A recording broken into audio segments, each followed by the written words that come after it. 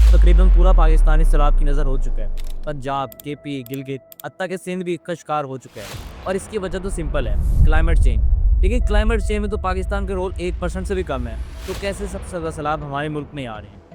लेकिन इससे पहले ये समझना बहुत ज़रूरी है कि दुनिया की बहुत सी दूसरी कंट्रीज़ आजकल इतनी नेचुरल डिज़ास्टर्स को फेस कर रही हैं। जैसे भी हाल ही में दुनिया की सबसे ज़्यादा डेवलप कंट्री चाइना अभी कुछ दिन पहले इन्हीं डिज़ास्टर्स को फेस कर चुका है और दुनिया की 4th लार्जेस्ट इकोनॉमी इंडिया आजकल इन्हीं सेम हालात को फेस कर रहे हैं और कई बार वहाँ सैलाब आने के बाद हालात पाकिस्तान से भी ज़्यादा ख़राब हो जाते हैं। आइए तो फिर समझते हैं आज की 3D अनरिड वीडियो में इन नेचुरल डिज़ास्टर्स के पीछे कुछ खतरनाक राज और करते हैं बात सभी पर।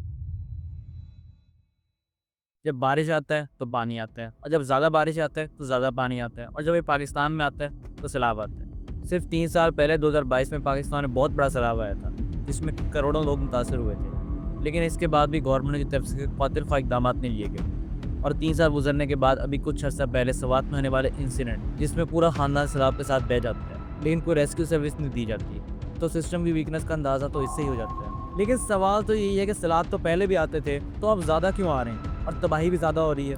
आपने न्यूज़ में सुना होगा कि जिन इलाकों में सैलाब आ रहे हैं वहाँ क्लाउड बर्स्ट हो रहा है। क्लाउड बर्स्ट यानी बादल का फटना, जिसमें एक ही साथ बहुत सारा पानी बहुत कम टाइम में ज़मीन पर आ जाता है और अगर एक क्लाउड बर्स्ट पहाड़ी इलाकों में हो तो नीचे आते आते पानी की स्पीड बहुत ज़्यादा हो जाती है जो अपने साथ पत्थर और तबाही लाती है। इसके बाद बात आती है नेचर की। हमने नेचर के साथ ज़बरदस्ती की और आर्टिफिशियल बारिश बरसाई और इस आर्टिफिशियल बारिश बरसाने के प्रोसेस को क्लाउड सीडलिंग कहते हैं, जिसके अंदर एक प्लेन के ज़रिए से बादलों के ऊपर कुछ केमिकल्स डाले जाते हैं और एक केमिकल्स बादलों के अंदर रिएक्शन करते हैं जिससे बारिश शुरू हो जाती है। लेकिन इससे क्लाउड बर्स्ट वगैरह नहीं होता, लेकिन ये नेचर के साथ नेचुरल प्रोसेस के साथ ज़बरदस्ती तो है जो क्लाइमेट चेंज की वजह है। और बहुत से डेवलप कंट्रीज़ में ये टेक्निक ज़्यादा यूज़ होती है अगर वहाँ बारिश ना हो, जैसे अरब कंट्रीज़ वगैरह लाइक दुबई। और 1 साल पहले 2024 में दुबई में बहुत बड़ा सैलाब आया था जो दुबई की हिस्ट्री का सबसे बड़ा सैलाब था और जो बारिश दुबई में 1 या 2 साल में होती थी वो 1 दिन के अंदर हुई। लेकिन वहाँ इंफ्रास्ट्रक्चर बहुत अच्छा है, टेक्नोलॉजी बहुत एडवांस है, तो 2 या 3 दिन में सब कुछ नॉर्मल हो गया।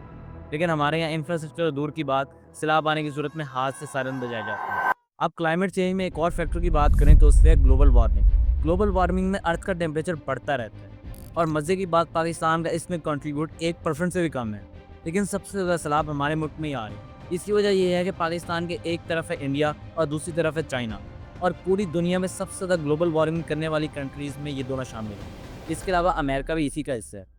अब ये कंट्रीज़ ग्लोबल वार्मिंग की वजह बनती रहती हैं और टेम्परेचर बढ़ता रहता है और पाकिस्तान के अंदर दुनिया की बड़ी बड़ी माउंटेन रेंजेस हैं जैसे कराकम range, Himalaya range, Hindu Kush range और इनके अंदर दुनिया की दूसरी सबसे ऊंची पहाड़ी केटू भी शामिल है और पूरे एशिया में सबसे ज़्यादा ग्लेशियर्स पाकिस्तान में है और जब टेम्परेचर बढ़ता है तो ये ग्लेशियर्स पिघलते हैं और ग्लेशियर फटते हैं, जिसे ग्लेशियर बर्स्ट या ग्लोव कहते हैं, जिससे आगे सैलाब आते हैं। लेकिन सैलाब तो कराची में भी आया, लेकिन वहाँ तो कुछ और भी सीन चल रहे हैं। तुम्हें शक है तो कराची चल आके देख किसका जोर है कराची पर।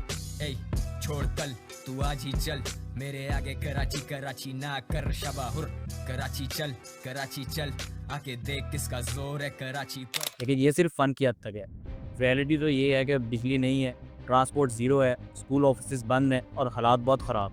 और कराची के अलावा मुल्क के बहुत से दूसरे शहर भी बारिश की ज़द में हैं और बहुत से शहरों का हाल तो कराची जैसा हुआ है। और इसकी सबसे बड़ी वजह पुअर मैनेजमेंट और घटिया ड्रेनेज सिस्टम है। और मौजूदा सूरत हाल में सैलाब पंजाब को मुतासर कर चुका है और अब सिंध की तरफ बढ़ रहा है, इसलिए तबाही का बहुत ज़्यादा खदशा है। सैलाब तो अब आते रहें और ये बात तो कन्फर्म है कि अब इनको ख़त्म नहीं किया जा सकता। हाँ, लेकिन कम ज़रूर किया जा सकता है। डैम्स को बनाना होगा ताकि सैलाब के पानी को स्टोर किया जा सके और जिन इलाकों में डैम्स नहीं बन सकते वहाँ पर मज़ीद नहरें बनानी होंगी ताकि सैलाब आने की सूरत में पानी को डिवाइड किया जा सके। और दरख्तों का कटाव रोकना होगा क्योंकि सैलाब से होने वाली तबाही का सबसे बड़ा रीज़न दरख्तों की कटाई है, क्योंकि पंजाब, केपी और गिलगित में दरख्त बहुत तेज़ी से काटे जा रहे हैं और इसलिए यहाँ तबाही भी ज़्यादा है। क्योंकि जब सैलाब आता है तो दरख्त इसके प्रेशर को, इसकी स्पीड को कम कर देते हैं, लेकिन जब दरख्त कटे होंगे तो फिर तबाही तो ज़्यादा होगी और इसलिए गवर्नमेंट को भी अभी एक्शन लेना होगा क्योंकि पूरा साल उस पर कोई तवज्जो नहीं दी जाती और जब सैलाब आता है, अमवात होती हैं, तो गवर्नमेंट खुद इमदाद लेकर पहुँच जाती है। तो ये काम सैलाब से पहले करने होंगे, ना कि बाद में। अपनी रेस्क्यू सर्विस को अच्छा करना होगा हर तरह से, चाहे वो एयर एम्बुलेंस के ज़रिए से क्यों ना हो। पूरी दुनिया में ग्लोबल वार्मिंग के अगेंस्ट बहुत से एक्शन लिए जा रहे हैं, तो पाकिस्तान को भी इसमें अपना रोल अदा करना चाहिए।